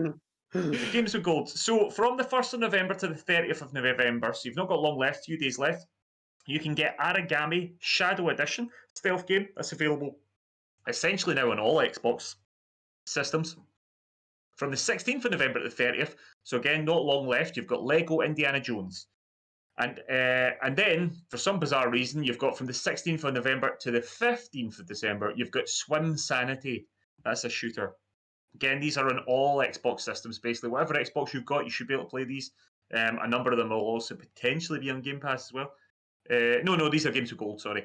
From the 1st to the 31st of December, can't believe it's almost December already. The Raven Remastered, a mystery adventure. Also from the 1st of December to the 15th of December, you've got Saints Row, Get Out of Hell. I mean, how many times has that been on Games with Gold? Surely that's been on before. From the 16th of December to the 31st of December, you've got Stacking, a puzzle game. And from the 16th of December to the 15th of January 2021, you've got Bleed 2. So that is from the 1st of November to the 15th of January. That's all your games with gold. And actually... January, man.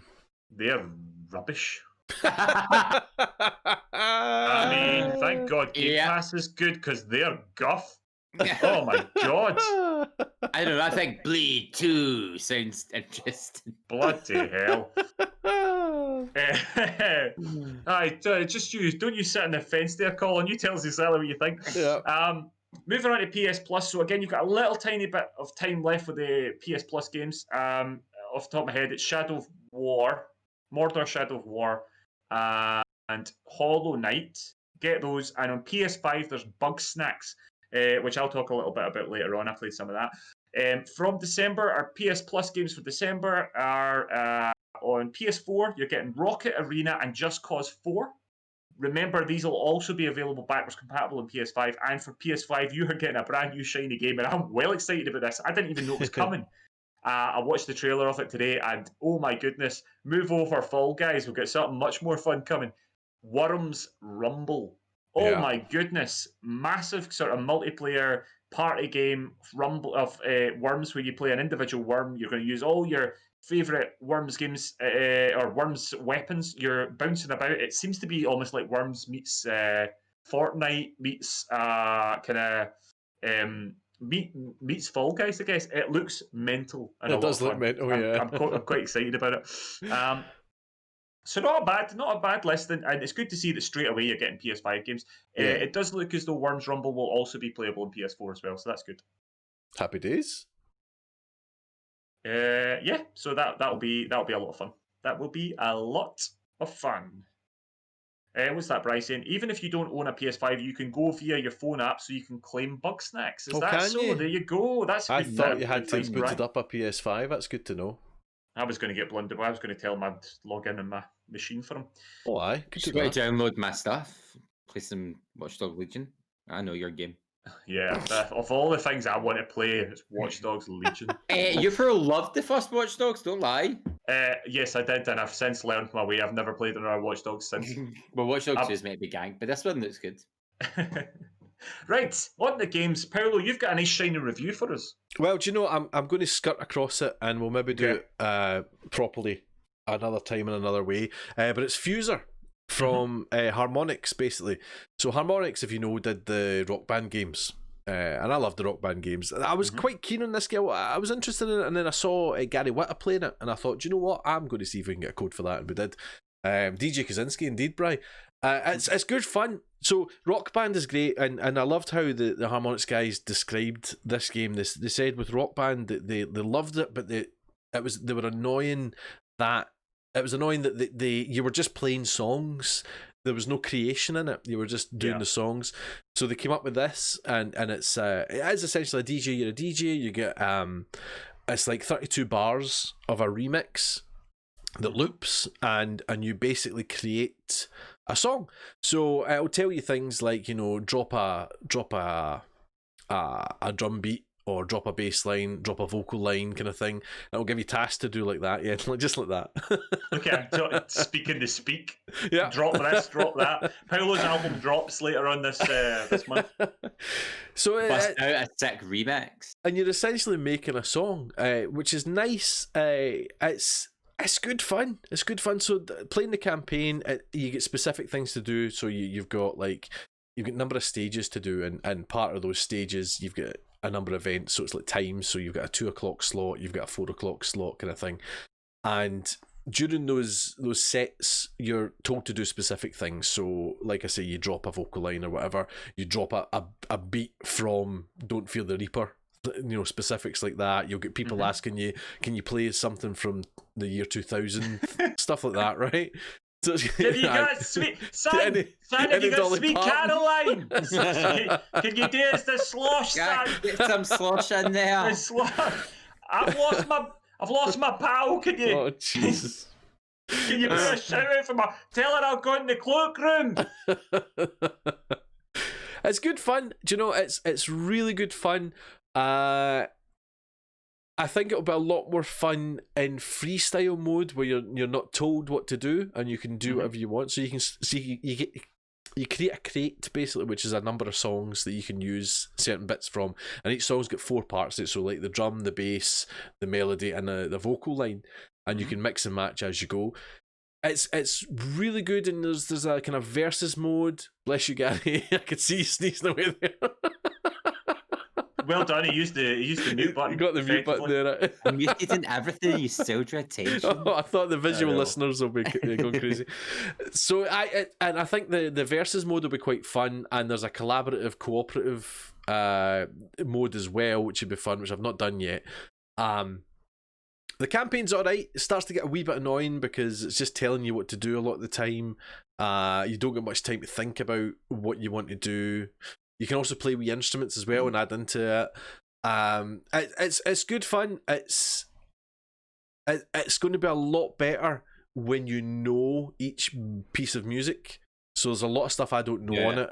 So you'll know what will work with what. I mean, don't get me wrong, it does a great job of mixing it all. So, you know, if you suddenly put, I don't know, like Rick Astley with Here Comes the Hot Stepper, do you know what I mean?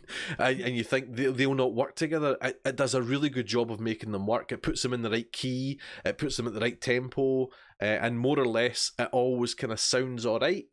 But to make it I must say, that time you kept failing that song. Like, I had you on when I was doing work, and it sounded, I was pure bought my way in there. I was like, you failed. And I was like, hey, wait, what? Do you know what I mean? So that's why I'm saying I think the freestyle mode will be a lot more fun because you're not failing, essentially. But I think it will be a lot better. It'll be interesting to see how this game kind of works, because it only works if it's good, if that makes sense. Yeah, and the talent in it will be knowing what the songs are, and to me that seems a bit too much work, that you'll need to kind of have a set list essentially that you work with. So I'm kind of, I'm not going to say what I think of it completely, other than it's quite fun to play. I think it's unfair having not done the competitive or the collaborative stuff or the freestyle mode itself, having only done the campaign.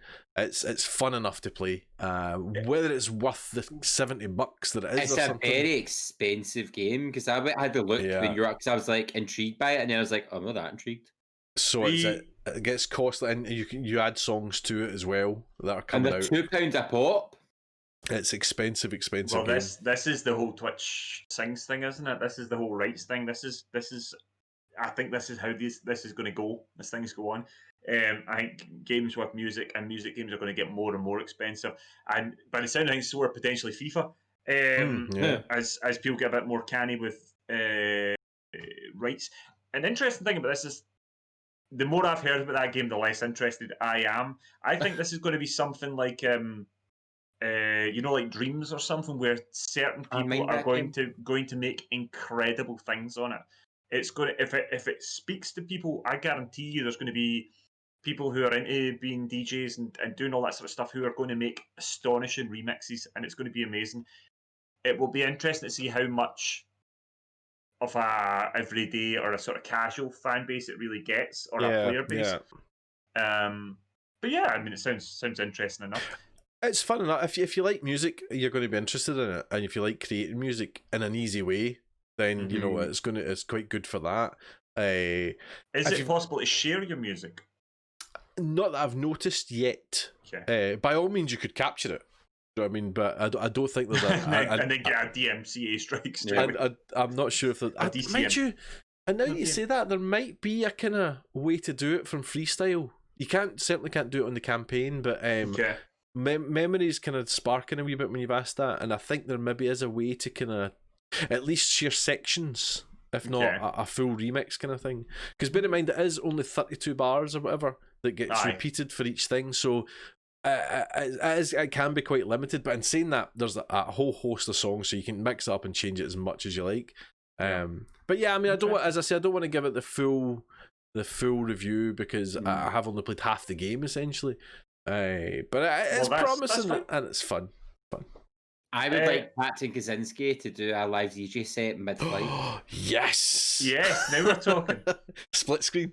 Flying and DJ at the same time.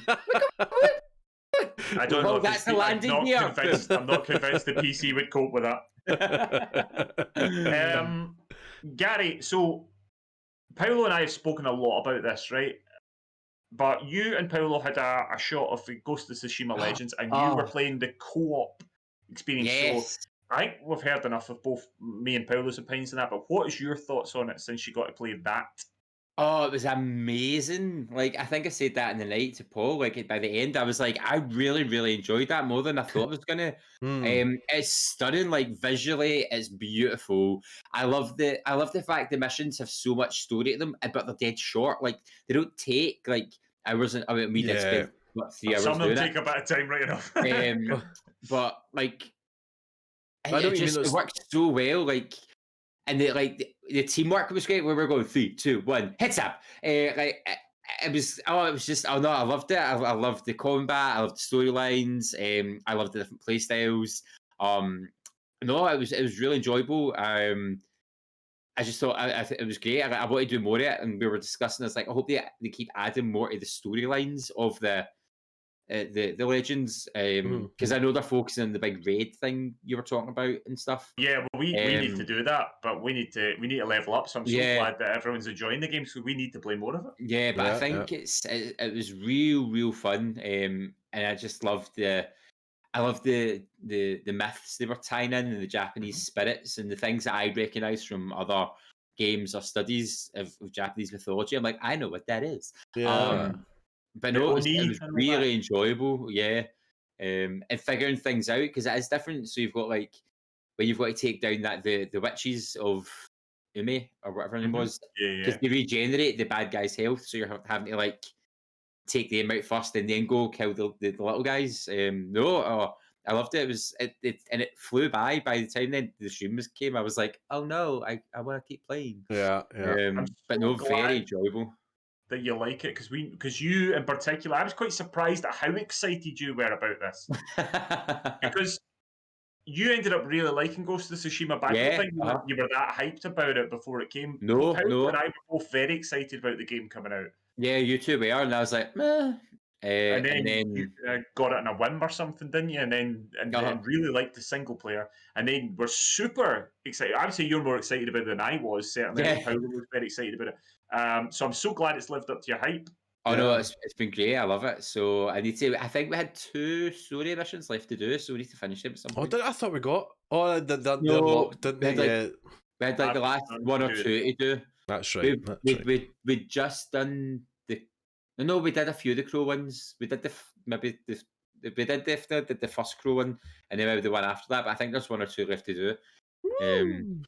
Love it. But no, it was wonderful. I'd play it all the time. Paolo, have you got anything quick to add? No, just great fun. Just great fun, as you say. Right, Paolo. Yo, what have you been playing? I'll fly through them. Erica on the Nearly Men channel, which I enjoyed again. I enjoyed way more than I thought I would. I was looking for something. I didn't want to start something episodic. For whatever reason, I don't know why. I don't know if it was because the PS5 was coming that week. I felt like I can't start anything this week in case I want to start something new next week. And you're already going episodic with Erica. Do you know what I mean? So we played it, and it takes about 2.5 hours to play. And it's essentially it's a little more than a walking sim. It's a full motion video walking sim, I suppose.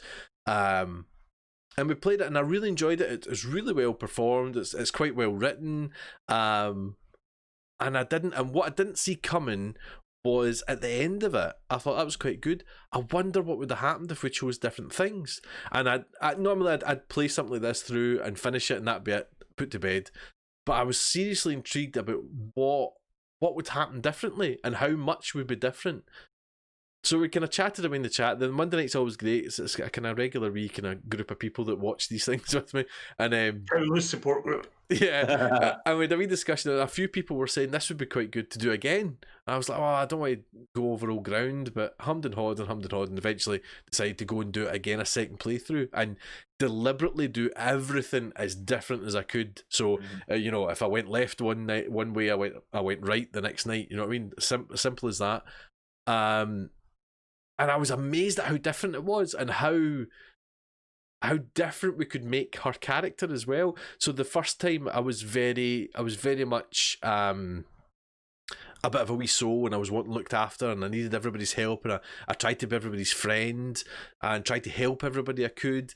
And then the second time I made it a lot more different. So I made her not tell anybody anything and not help anyone, not be anybody's pal, not trust anybody. And it made it totally different. And it's amazing because even the bits that were the same scene, the physical, exactly the same piece of film. Mm-hmm. Because we'd played it differently, we could look on it with different eyes, and it was amazing how it still worked in our storyline that way. So very tempted on Monday night to give it a third playthrough.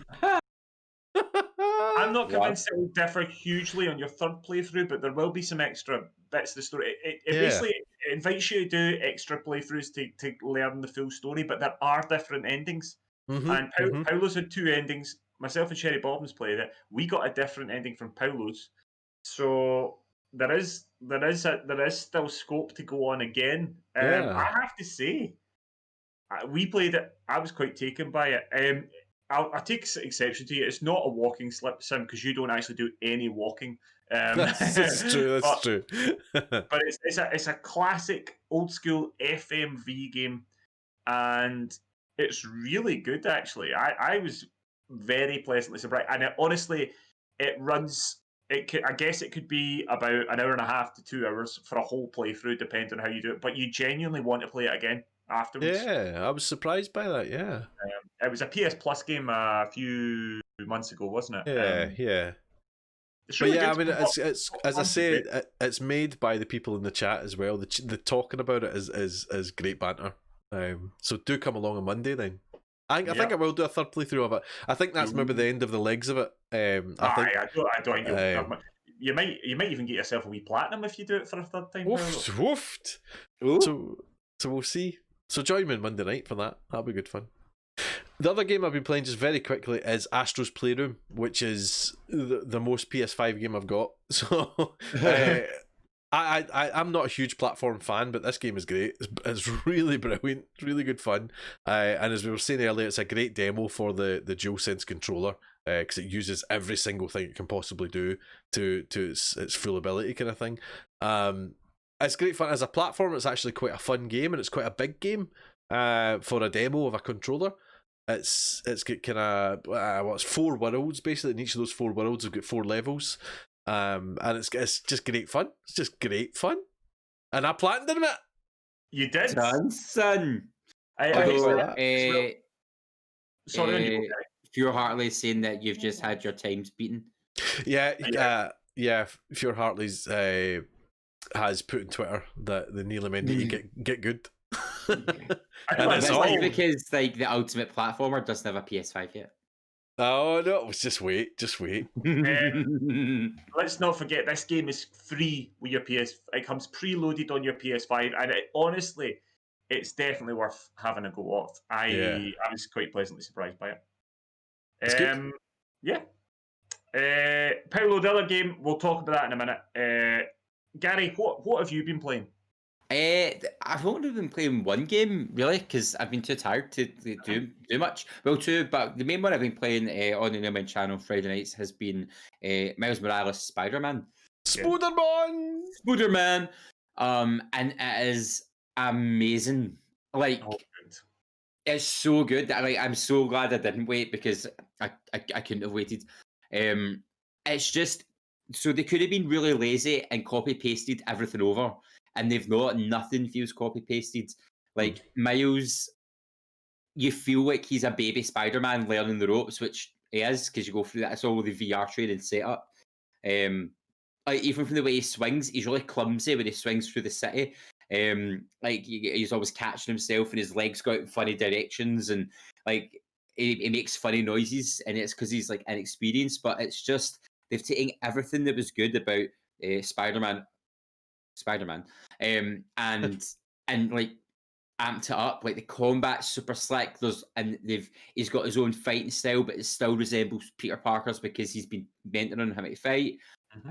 You've got all the basic attacks, and then they add to them because he's got his own superpowers. So it's not just here's a reskin of Peter Parker. It's here's Miles Morales, and they've really thought about how his powers work and how they would work in a video game setting. So like his Venom powers, like the way they work is really cool, and they give you super moves to kind of stun bigger and tougher enemies because Miles is he's 16, 17.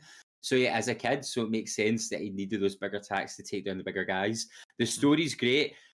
It's a little bit cliche, and I won't spoil it, but basically something happens and I make a joke, and then half an hour later something happens in reference to the joke, and everyone in the chat was like, "Ah!" Maybe slightly predictable at points then. But predictable in the best sense of it being Marvel, like it ticks a superhero cliche. Right, yeah. So, and it's got all the collectibles again. I've been doing the collectibles and the side missions off stream just so I can play it because I'm only playing it on a Friday. So I've been doing like collectibles and the challenges off stream, and then on stream doing the story side missions and the main missions. and it's so much fun just webbing around New York, which you know for the first game, but it's Christmas now. It's got all the Christmas lights. I didn't know that. Okay, Yes, right. it was winter, yeah, but it's got all the Christmas lights. The On the scenes big where tree at the Rockefeller Center and all that. what do you have not been to Rockefeller to check that yet? So I've been mainly in Harlem and where they've got where he's If there's a from. wee Kevin McAllister running about on his own, keep an eye out for him. But even the characters, it's such a diverse cast. Obviously, you've got Miles himself, but the community he lives in, there's representation of all different walks of life. There's like a lesbian couple. There's a girl who's deaf, so she does American Sign Language, and Miles speaks American Sign Language, so they've got lovely interactions. And they're just building up. Miles Morales' Spider-Man is just this real pinnacle of their society, and they acknowledge the new Spider-Man. They're all like, "Where's the real Spider-Man?" And as the game goes on, they kind of the actions sort of start to change. But the story's been great, and his moveset makes it dead interesting. I don't want to spoil what happens if you don't know what Miles Morales' powers is, but you get a really cool move you can use, and it just changes the way you play the game. So it's perfection. And if this is like an addition, a side game, Spider-Man 2 is just going to be ridiculous. Yeah. Like, we were talking about what could be next, and I'm like, bring on a Spider-Verse or the Clone Saga, or give us more, because they could really have butchered Miles Morales and been lazy, and they've just given it so much love that I think Spider-Man 2 is going to blow everybody's mind when it comes out. Nice. Spider-Man seems to be in very good hands at Insomniac.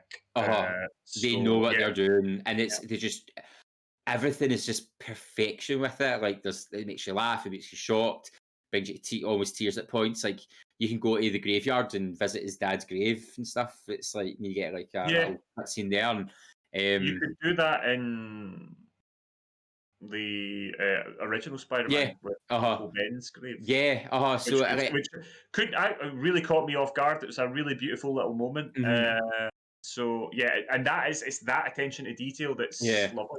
And the nice thing is, we all know Peter Parker's origin story, but didn't need that. And the fact they've given us Miles Morales without really making it shoehorned into like a game really quickly. Like it's just they've done it so well and really respectful, and building up his possible villain base. Which again in the chat we're all trying to figure out who his villains could be and where they're coming from next. Being big spider geeks that we are, but no, it's great. So I'm finishing it. I think I'm going to finish it tomorrow night. I'm pretty sure I can do it in 3 playthroughs. Because we finished the story at quite a kind of cliffhanger moment last Friday. I'm picking it up tomorrow night and hopefully going to get through to the end of it. But it's quite short. I did hear it is rather short. But as soon as I get a PS5, I can play through it again. Well, that's good. Like it's definitely get the replayability. The trophy list, it's not an impossible trophy list, but it's got the challenge in it, pretty much like the original Spider-Man as well. So it's definitely like if you like the first one, you will love this one. It's just amazing. The other game I've played and completed this week has been Kingdom Hearts Melody of Memory, which is a rhythm action game based in the Kingdom Hearts series, where they take all the tracks from all the games and you just kind of push buttons in time to the rhythm. And it goes as every Kingdom Hearts game. So it's a really good recap of the series, and getting to hear the funky music. And then the end is wild because it opens up like 5 possible sequels or side stories. Like at the end of the credits, I was like, did that just happen? So for a game that like maybe seemed quite inconsequential, it actually finishes Kingdom Hearts 3 somehow. It's really weird. It's not a game for I'd say Kingdom Hearts Melody of Memory isn't a game for a casual gamer. It's really for those who are like invested in the Kingdom Hearts storyline. And if you want to know what the story goes on to next, just watch the clip on YouTube. But it's a really fun rhythm game, really challenging. And you get to visit all the Disney worlds and play along to Disney songs, which is fun. And it's a very good overview of the series from one of the characters' eyes. But no, it's fun. I enjoyed it. Going through it in pro mode, and my fingers are tired. There's some bits I'm like, I don't even how to make that make sense. Like there's like 17 beats there in 8 seconds, but lots of fun. And I dipped into Assassin's Creed Odyssey because Greece. Because Greece. That is the word after all. It is indeed the word. So, yeah, I've been playing a bunch of stuff. I'm going to try and be as concise as possible. Demon's Souls, launch game PS5. It is magnificent. I am loving it. If you love Souls games, you are going to adore Demon's Souls. It's got the haptic feedback. It's probably the most next gen feeling game I've played so far. I mean, Astros is great for the kind of haptic feedback showcase. Demon's Souls, the attention to detail in it, the size of it, the way it runs. I've had a couple of little moments where the game hasn't loaded up and all that. There's a kind of wee bug. Sometimes you have to restart your console to get it up and running. That's the only thing I've had. Apart from that, it runs like a dream. Steady frame rate. It is glorious looking. It is tough as nails. I'm just bloody loving it.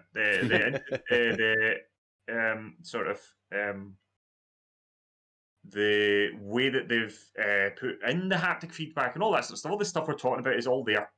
It feels like a genuine, bona fide launch game, but I've seen multiple articles where they've basically said that it's possibly the greatest launch game ever made, just because of the level of quality. There's been a whole host of 5-star reviews. It just is excellent. What, better than Knack? Yeah, but it's slightly better than that. Right.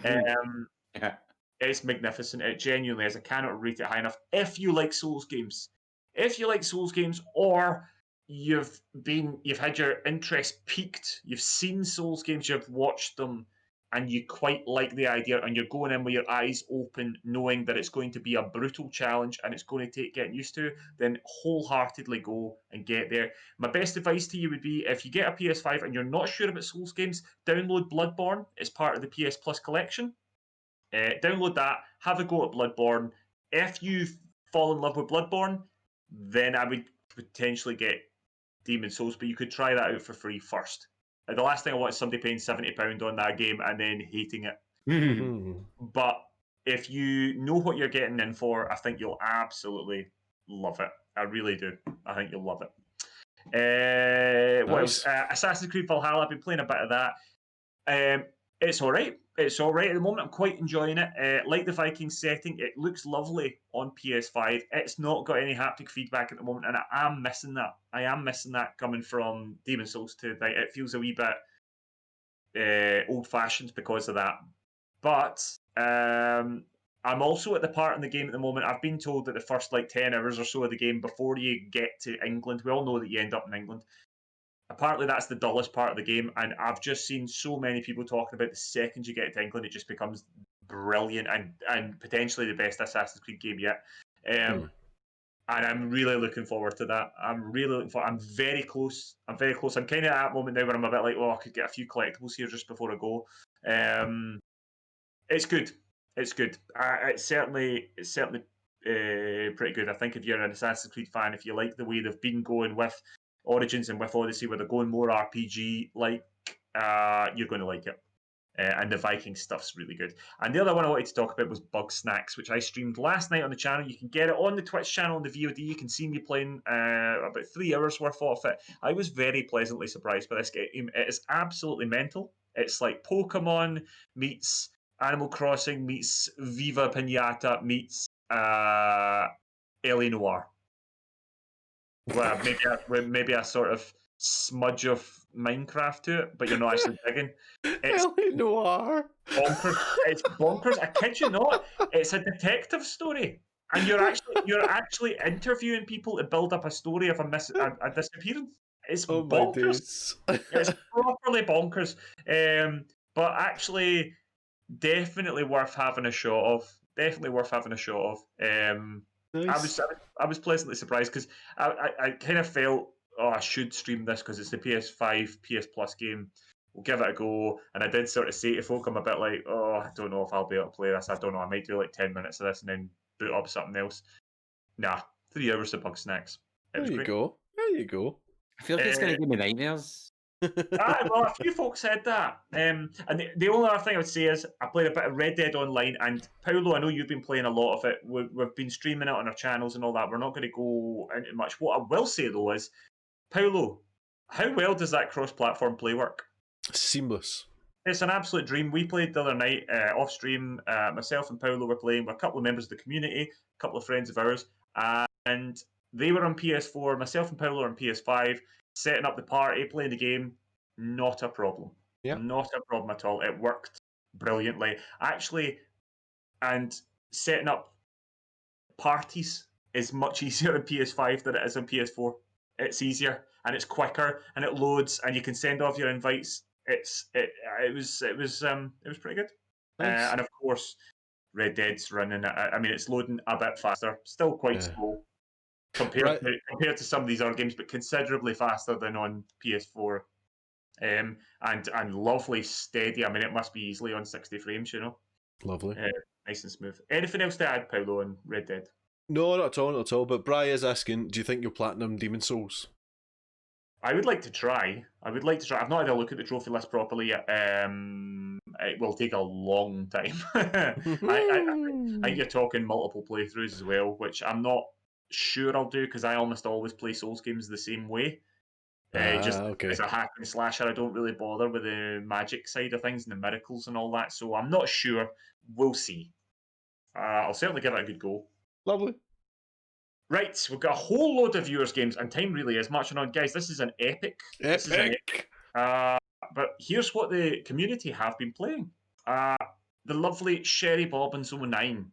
The lovely Sherry Bobbins 09 contacted us in the Discord saying, loved having a wee playthrough of Erica. Need to try out more endings. I know she's already well taken by it, Paolo. That was a good find. Nice. The lovely Viva La Hazy has been in touch with us on Twitter. I don't think words can do the DualSense justice. True that. Fair enough. Even the non-gamer wife wants to play it because of it.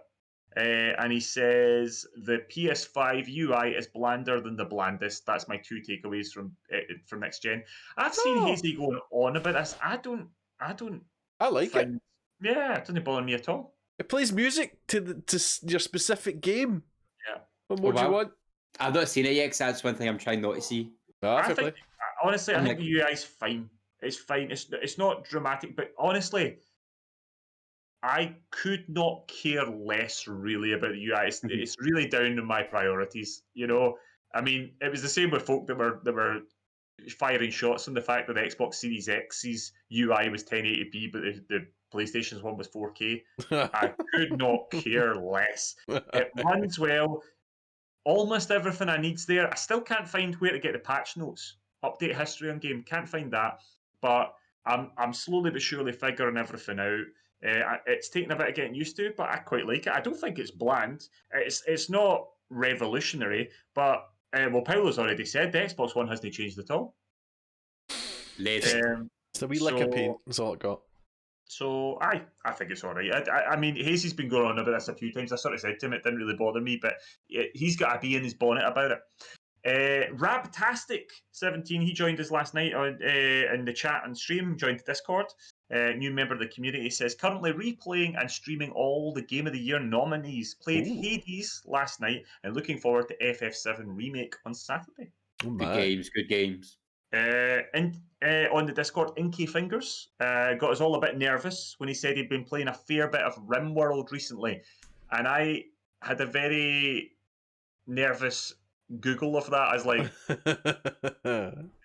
is that a game? I don't know if I want to Google this. Turns out it is a game. It's a sort of colony. It's a very good game. A colony building game, outer space game. Yeah, Inky seems to be enjoying it. Gary seems to enjoy it as well. It's good fun. Jose Keenan, dun dun dun dun dun dun dun, Joe Keenan. Remember him? As always, playing FIFA, playing FIFA, but also swinging into PS5 Life Spidey style. Good fun and looks amazing. Little bit of bug snacks too, which was better than I was expecting. There Absolutely. you go. Echoes. And then we've got a bit of a sad one here. Jamie Simpson. Hello, guys. No PS5 for me as my pre-order cancelled the day before release due to lack of stock. Not confirmed as yet, but it might not be legit. So I'm hoping to get my money back. Oh, man. Jamie, thank you for the stay safe. That is horrible. My heart goes out to you. That is not cool. Not cool at all. Not cool at all. I hope you do get your PS5 soon. I promise you, it will be worth the wait. It will be. Guys, we've got a lot of not too many new releases. Here we go, but there's a couple of big hitters here, so let's get through them. We've got on the 26th of November. That's today. We've got Made of Scare. That's out on the Switch. Then on the 1st of December, we have got Chronos Before the Ashes. That's coming to PC, PS4, Xbox One, Switch, and Stadia. Stadia. Empire of Sin is coming out on the 1st of December as well. PC, PS4, Xbox One, and Switch. Twin Mirror Lost on Arrival comes out on PC, PS4, and Xbox One on the 1st of December. And on the 3rd of December, we've got Morbid, The Seven Acolytes. That's PC, PS4, Xbox One, and Switch. Also on the 3rd, we have Phoenix Point Year 1 Edition for the PC. And on the 4th of December, we have Commandos 2, the HD remaster on the Switch. I've played some of this on the PC. I'm hoping it's a wee bit easier to control on the Switch. I think it actually might be quite good on the Switch. This classic game. I loved Commandos 2. It's hard as nails though, but quite a good one for the Switch, I imagine. Fitness 2 Boxing Rhythm and Exercises come to the Switch on the 4th of December, and also on the 4th of December, Paulo, FIFA 21. That's coming to PS5 and Xbox Series X. Sue's Reign is coming out to PC on the 4th of December, and John Wick Hex is coming out on Xbox One and Switch on the 4th as well. Also on the 4th, we've got Dragon Quest XI S. Bloody hell. Dragon Quest XI S Echoes of an Elusive Age Definitive Edition. Definitive Edition. That's PC, PS4, and Xbox One. And then on the 8th of December, quite excited about this. Destiny 2 is coming out to PS5 and Xbox Series X. Increased frame rates and all sorts of stuff. Improved load times. Lots of fancy stuff coming for Destiny 2. On the 8th, also, we have Puyo Puyo Tetris 2. That's on Xbox Series X, PC, PS4, Xbox One, and Switch. And then the big one on the 10th. On the 10th of December, Cyberpunk 2077, unless it gets delayed again. But it shouldn't this time. It's coming out on PS4, PS5, Xbox Series X, Xbox One, Stadia, and PC. Also on the 10th, we've got Brigandine, The Legend of Runercia. That's on PS4. And finally, on the 11th of December, we have Medal of Honor Above and Beyond, which is coming to PC VR. What? And yeah, that's the mini releases. A Medal of Honor game. Can you believe it? Gosh. Yeah. So that has been your games. That has been all that. Remember, guys, we cannot live without hearing from you. So if there's anything you want to do, you want to get in touch, well, here's how you do it. We'd love to hear from you. Find us on Facebook as The Nearly Men, Twitter and Instagram, where we are at Nearly Men, or email info@thenearlymen.com. Okay, so we've got some questions from the chat, and Fjord Hartley has been saying, and I love a wee Gary goatee. We've not got a goatee. It's not a goatee. There's no soul pack this time. Just a moustache. Don't forget, you can go to our Discord, the Nearly Men's Discord, and you can donate to the Movember charity on behalf of Gary and his magnificent moustache. Fjord Hartley also said Paulo is going to need to regain his lead in Astro on his PS5. I spent some time earlier today trying to stop his high scores. Woo. Astro is amazing. It is. Talking about that, Bri228 says, seeing you guys playing Astro's Playroom makes me want to play it more than the games that are also on PS4 or Demon's Souls. So there you go. Astro's is great, really is. And yet again, Fjord Hartley got back saying the social elements to PS5 feel really enhanced too, which is nice. It's easy to jump into challenges, etc. It just feels streamlined. It absolutely is. The card system's really good. It's really good, actually, so far. I've not used it as much as I could have, but yeah, and the fact that you can actually see little time trials of what your friends have done and all that. This is all stuff that Sony were sort of playing with on PS4 and sort of have included at various points, and various games have used it more than others, but it feels like, at the moment at least, it seems to be more integrated and refined. It's quite nice. Guys, we've got some streams coming up. First up, Mr. Movember the Moustache of Doom, Gary Hogg, Blunderboy87, will be on the Nearly Men channel. He'll be on this channel tomorrow night at 8 p.m, Gary? Is that right? Yeah. And Gary, you've already told us, but what are you playing? I'll be swinging my way through Miles Morales Spider-Man Part 3 up to the finale, hopefully, and we'll get to see how his story proceeds. So there we go. Be there for that whip action. That's it. Gary made a Spider-Man thing there for all you listeners out there. Monday. Paolo's also somewhat spoiled this. I promise there is a micro moment coming from me in a moment. But Paolo, what are you going to do on Monday? Yes, on the last day of November, we'll play through Erika for the third time, probably the final time. Probably the final thing. I look forward to the following Monday. On Wednesday, right, I'm quite excited about this. Wednesday, I just decided today, I've been sort of talking about it for a little while. I'm very impressed with backwards compatibility on the PS4. It's very good so far. I've not tried any of the PS Plus collection yet, so damn it, I'm going in. I am going to play God of War 2018. I'm going to stream that on Wednesday at 8 p.m. The classic God of War from Sony Santa Monica, which is just going to be amazing. I can't wait. That'll And be fun. Thursday, we're all going to be together again. We're going to play something. I don't know what we'll play yet, but we're going to go and get it. It's going to be a lot of fun. So yeah, there's lots of Nearly Men stuff coming up, so you can enjoy it. So I think we should probably wrap up because Paolo's essentially just told us in this chat that his back teeth are floating. So I've noticed I've started swinging a lot more in the last 10 minutes. Continue on, Colin. Just keep monologuing. It's fine. Keep going. Just vamp for a bit. I will just leave you. I will just go away. So, guys, that has been a monumental episode. Talking about all the new channels, all the new consoles, and the everything that's been going about. It's been nice. It's been nice to be back talking games again. Thank you so much, everybody who's joined us live. Thank you to all the lovely listeners out there. But I think we need to get this going before Paolo literally just vamooses. So, Gary, say goodbye. Goodbye.